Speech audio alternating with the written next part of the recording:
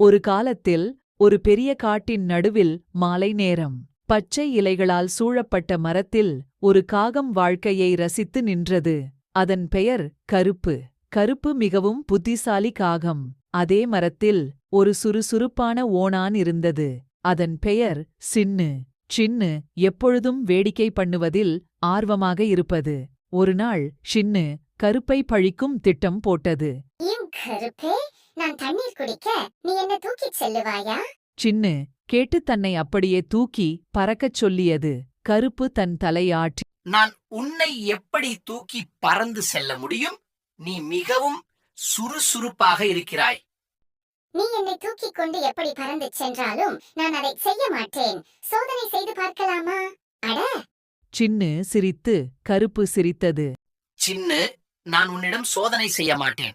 ஆனால் நீ எனக்கு ஒரு உதவி செய்ய வேண்டியதுதான். நான் ஒரு பெரிய காய்கறி கொண்டு வர வேண்டும். அதற்கு நீ எனக்கு உதவுவாயா?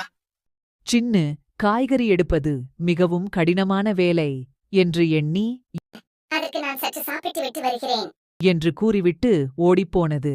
அதை பார்த்து கருப்பு சிரித்துக்கொண்டு அவனது சுட்டித்தனத்தை தடுக்க முடியவில்லை என்று கூறி தன் மரத்தில் மீண்டும் அமர்ந்து தூங்கிப் போனது. சின்னு திரும்ப வந்ததும், என்ன, இங்கேயே உள்ளாயா? நான் சாப்பிட்டு விட்டு வந்துவிட்டேன். காய்கறி எடுப்பதை பற்றி நீ பேசினது நினைவிலேயே இல்லையா? என்று கருப்பை எகத்தது. நீ சொன்னது உண்மைதான் சின்னு. இனி காய்கறி எடுக்க என்னால் முடியாது. அதனால நான் மீண்டும் ஓய்வு எடுக்கிறேன். கருப்பு சிரித்தது. நீ எப்போதுமே சிரிப்பதையே செய்வாய் கருப்பே. அடுத்த முறையில் நான் ஒரு புத்திசாலியான விளையாட்டை உன்னை தேர்ந்தெடுப்பேன் என்று கூறியது. முற்றும் பொம்மை கதைகள் சேனலுக்கு வரவேற்கிறேன்.